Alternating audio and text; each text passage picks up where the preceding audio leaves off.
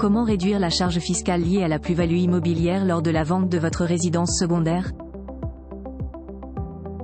Il est tout à fait possible de générer une plus-value grâce à la vente de votre résidence secondaire.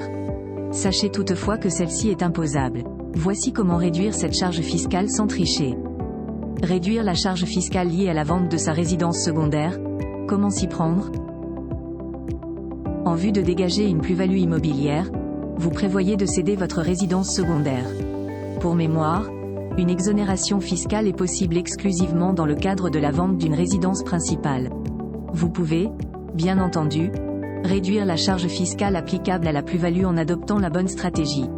Pour parvenir à cette fin, vous devez d'abord conserver votre résidence secondaire pendant plus de 5 ans. En tant que propriétaire, vous bénéficiez ainsi d'un abattement forfaitaire plus avantageux. 6% d'impôts et 1,65% de prélèvements sociaux de la 6e à la 21e année de détention. 4% d'impôts à compter de la 22e année de détention. 1,60% de prélèvements sociaux à partir de la 22e année de détention. 9% d'abattement de la 23e à la 30e année de détention. Dans tous les cas, le taux d'imposition de votre plus-value sera nettement réduit. Si vous n'adoptez pas cette stratégie, elle risque d'être imposée à hauteur de 19% auquel s'ajoute 17,2% de prélèvements sociaux. Vous supportez au total un taux global d'imposition de 36,2%. Dans l'éventualité où votre plus-value est supérieure à 50 000 € après abattement, une surtaxe progressive s'y applique automatiquement. D'autant que leur taux évolue par palier pour atteindre 6% au-delà de 260 000 €. Le cas échéant, votre taux global d'imposition peut monter à 42,2%.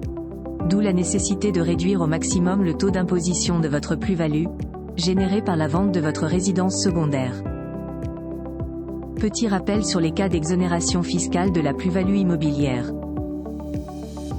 Vous pouvez bénéficier d'une exonération fiscale de la plus-value occasionnée par la vente de votre résidence secondaire.